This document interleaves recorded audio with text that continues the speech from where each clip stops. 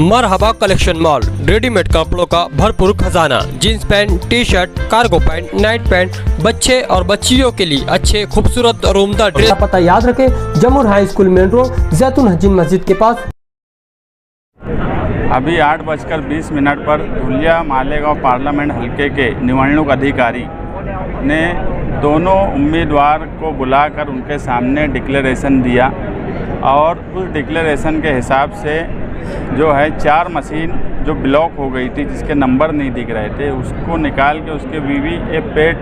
जो है उसकी गिनती की गई, पोस्टल जो वोट थे उसकी गिनती की गई और सारी वोट की गिनती होने के बाद कांग्रेस की इंडिया गठबंधन की उम्मीदवार शोभाताई बच्छाव 3831 वोट की लीड पर है। मगर इलेक्शन कमीशन की एक गाइडलाइन है कि जो भी 6 असेंबली हलके हैं वहाँ की 5-5 मशीन वीवीपैट की जो है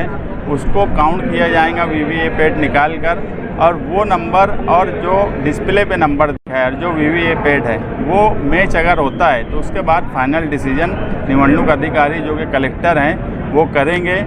मगर यहाँ पर एक बात जो देखी जा रही है कि जो लगता है कि कलेक्टर बहुत दबाव में है, अमित शाह का, देवेंद्र फडणवीस का, इन लोगों का मुसलसल फ़ोन आ रहा है, इसलिए डिक्लेरेशन करने में वक्त लग रहा है। मगर इंशाअल्लाह जीत जो है इंडिया गठबंधन की शोभाताई बच्छाव की यकीनी है और मेरे मुमकिन है कि रात में 10 बजे तक फाइनल डिक्लेयर हो जाए। उसके बाद अगर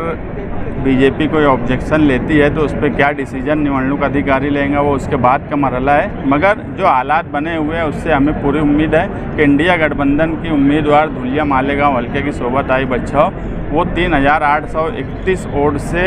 जीत रही है।